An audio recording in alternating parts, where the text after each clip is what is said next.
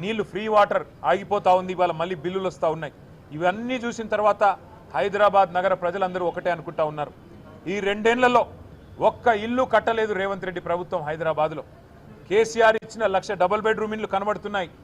కేసీఆర్ ఇచ్చిన 1,00,000 పట్టాలు GO number 58, 59 కింద పేదలకు ఇంకా గుర్తున్నాయి. కేసీఆర్ ఫ్రీగా ఏదైతే ప్రాపర్టీ ట్యాక్స్ లేకుండా 65 గజాల లోపు ఏదైతే మరి మినహాయింపు ఇచ్చారో అవన్నీ కూడా గుర్తున్నాయి. వాటి వల్ల తప్పకుండా మళ్ళీ కేసీఆర్ గారి అభ్యర్థులకి ఎట్లా అయితే 2023లో గెలిపించామో ఒక్క ఓటు కూడా, ఒక్క సీటు కూడా కాంగ్రెస్కి ఇవ్వకుండా మళ్ళీ అట్లే గెలిపిస్తామంటున్నారు.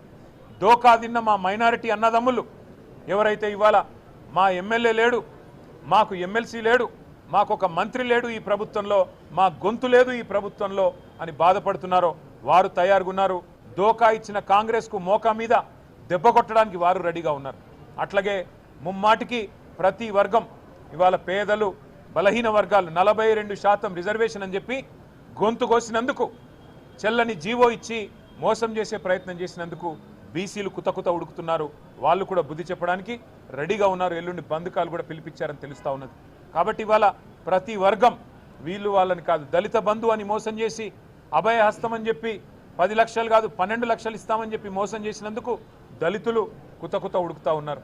ఈ రకంగా అన్ని వర్గాల నుంచి మద్దతు వెల్లువెత్తుతున్నది. మా అభ్యర్థి సునీత గోపీనాథ్ గారు మంచి మెజారిటీతో తప్పకుండా గెలుస్తారన్న విశ్వాసం మాకుంది. ఇది కేసీఆర్ గారు తిరిగి పునరాగమనానికి, తెలంగాణలో మళ్ళీ ఒకసారి ప్రభుత్వంలో రావడానికి, కేసీఆర్ గారు తిరిగి ముఖ్యమంత్రిగా పదవిని అధిష్ఠించడానికి ఇది మొదటి మెట్టు కాబోతున్నది. గులాబీ దండు జైత్రయాత్ర జూబ్లీ హిల్స్ నుంచే తిరిగి ప్రారంభం కాబోతున్నది అని మేము బలంగా నమ్ముతున్నాం.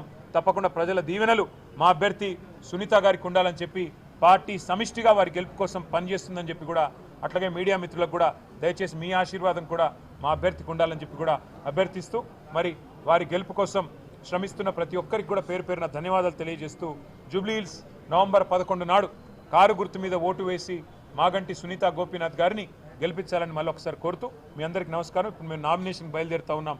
వచ్చిన తర్వాత మిగతా విషయాలన్నీ మాట్లాడుకుందాం. Thank you. జై తెలంగాణ.